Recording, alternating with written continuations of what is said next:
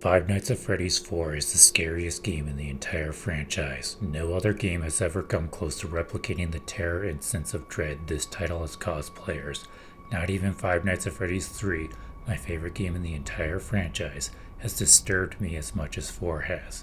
Now I'll be honest as well as a bit biased. I don't like Five Nights at Freddy's 4. I feel like it was too much of a departure from what came before and incredibly unfair at times. The only way you can detect most of the monsters is through sound, and sometimes the game glitches so you can't hear them approach or breathe. When that happens, you just have to go on blind faith that you're making the right choice. This is just my opinion of the game, and I don't absolutely hate it. I love watching walkthroughs without commentary, and Scott Cawthon nailed the atmosphere and ambience I wanted in a Five Nights at Freddy's game here. But being completely honest, I wish all future titles took the same art direction as Five Nights at Freddy's 4, because this is the kind of world I want the series to exist in. The best thing about Five Nights at Freddy's 4 is the story. This game has one of the best stories not just in the Five Nights at Freddy's franchise, but in all of horror gaming. Some people might joke that this is the only game to have a direct story, but Scott Cawthon really showed what he could pull off as a writer.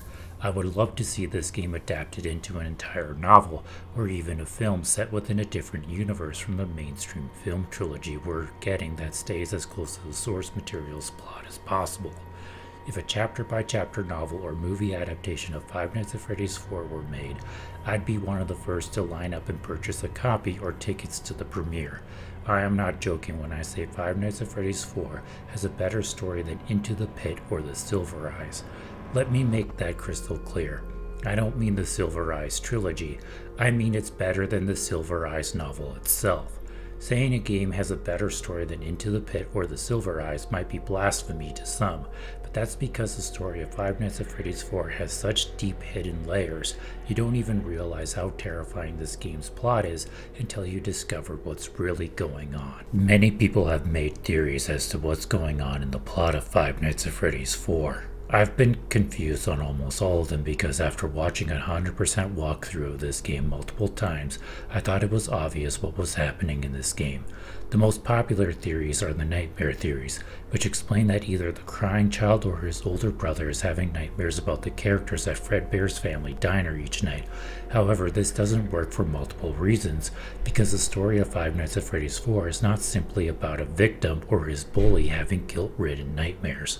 No, the story of Five Nights at Freddy's 4 is way worse once you actually break it down. Before I reveal the real story of this game, I must give a disclaimer since there are so many theories on Five Nights at Freddy's 4. If my video is anything similar to anyone else's, it's purely a coincidence and my intention is never to steal anyone's content. Consider this my take on the subject if that's the case. Unlike in my other videos where I reveal what's going on early then spend the rest of the time providing evidence, I won't reveal what's really going on until I built up to it and provided all the clues. At the beginning of Five Nights at Freddy's 4, we start with a child locked in his room. When he approaches the plushies of the animatronics from Five Nights at Freddy's 1, he says, "These are my friends." Now why would the crying child or his older brother be having nightmares of these characters as big scary animatronics if they're the crying child's friends?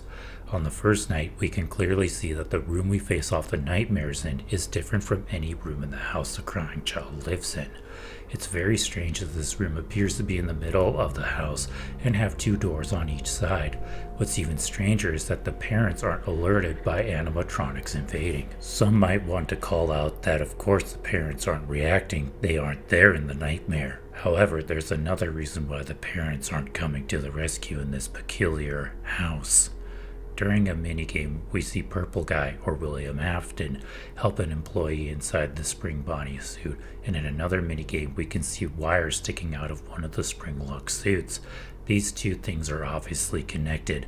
Something else that can't be ignored, although it comes from the next game's sister location, is how the bedroom from Five Nights at Freddy's 4 is connected to Circus Baby's rentals. Even if this is considered the non-canon ending, it's no coincidence that this room is connected to a place that William Afton built and had full control over. So we all know the surface level story going on and what was supposed to be the whole overarching plot going over all the games up to that point. Kid lives with his bully older brother and is terrified of Fredbear's family diner. Everyone else also bullies the kid over this because that diner is the most happening place in town. On the day of the crying child's birthday party, his older brother and other bullies all grab him and force his head inside of Fredbear's mouth. The animatronic fails and bites crushingly hard into the boy's skull, causing permanent damage. Originally, Scott Cawthon wanted the entire series of Five Nights at Freddy's to all be one big nightmare happening in the crying child's mind as he lied in a coma until he died. This is why we got all the references to the other 3 games along the way. When this version of the story was overwhelmingly negatively received, Scott Cawthon rewrote the story so the series could continue. What he rewrote the story to be is much deeper and darker than what anyone could anticipate. Now, the fact we're facing off against Twisted Nightmare versions of the original 4 animatronics plus Fredbear, also a demonic-looking plush and a see-through hellbear, is evidence enough this isn't simply the nightmares of someone with extreme emotional trauma. I was going to include Nightmare Ione, Nightmare Mangle, and Nightmare Balloon Boy, but those are non-canon animatronics that don't exist. If each night was a nightmare of the crying child or his bully of a big brother, we would only have nightmare versions of Fredbear, Spring Bonnie, and Plushtrap to deal with. Maybe Nightmare 2, but that's a big maybe. If anything, Freddy, Bonnie, Chica, and Boxy should be protecting either the crying child or his older brother because they were the crying child's friends. During the time Fredbear's Family Diner was operating, these 4 were just cartoon characters for a show and marketable plush toys. Freddy Fazbear's Pizza was established after the bite of '83 and other tragic events that got Fredbear shut down.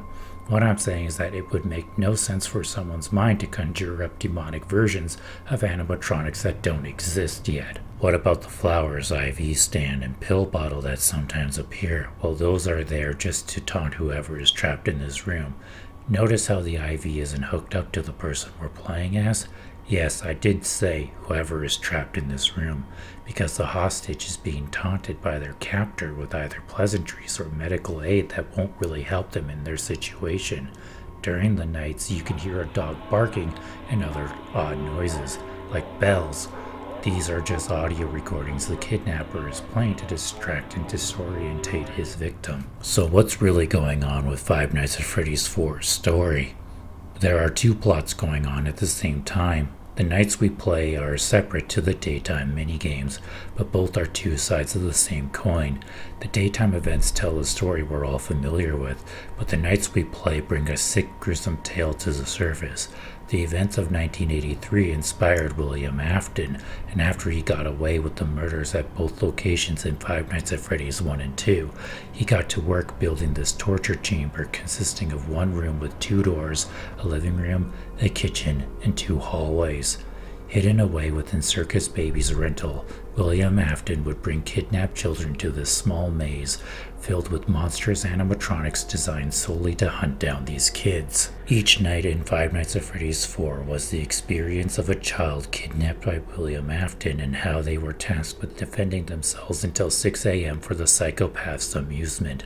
Even if the child made it to 6, they were forced to live in that fake household like a prison cell until 12 a.m. to start everything with the nightmares over and over again until they succumbed to fatigue or some fatal human error. The worst part is every time you fail and game over, that's another child added to Afton's body count. The only reason William Afton didn't continue on with this method of killing is because one night he decided to dismantle 4 animatronics at an abandoned pizzeria. This allowed the ghost to escape and haunt him, and the only way he thought he could fight back was by wearing a familiar suit he originally used in his murders. He forgot the suit couldn't be wet while wearing it, causing it to spring lock and trap him inside while killing him. There, William Afton was condemned to rot, while the Nightmare Animatronics were never reactivated again and forgotten about. So why didn't William Afton reactivate the nightmares after coming back as Springtrap? While he was busy with the events of Fazbear Frights, the horror attraction, and not burning to a crisp in Five Nights at Freddy's 3. Then he had to deal with being auctioned off and salvaged to Henry Emily's simulated pizzeria and being burned to a crisp there. Then he had to deal with becoming a computer virus that could also take over the mind of his daughter so she could become Vanny. Then he had to deal with coming back again, this time in the form of Springtrap, only to be gobbled up by Tangle. Then he somehow became a virus again, just to be smushed by his daughter wearing the same bunny suit he forced her to wear when she first got mind controlled because he can't help being creepy. William Afton was going through a lot, and I highly doubt the Nightmare Animatronics were on his mind during all of this. What happened to the Nightmare Animatronics? They were left to rot in their chamber until Fazbear Entertainment salvaged them and their data for the hallway minigame in the Curse of Dreadbear DLC of Help Wanted. I don't think we'll ever see them return unless it's in non-canon crossover games or another Help Wanted sequel DLC. Thank you all for watching, and remember, I can understand and respect if you don't agree with my take on Five Nights at Freddy's 4. I love conversations with those in the comments who disagree with my takes, as I feel those are the most intelligent ones to have, and it's a great way of understanding one another. To see how many of you made it to the end of this video, answer the following question in the comments. If you had to smooch one of the Nightmare Animatronics on a dare and they didn't try to kill you, which one would it be and why? A non-canon nightmare can be one of your answers.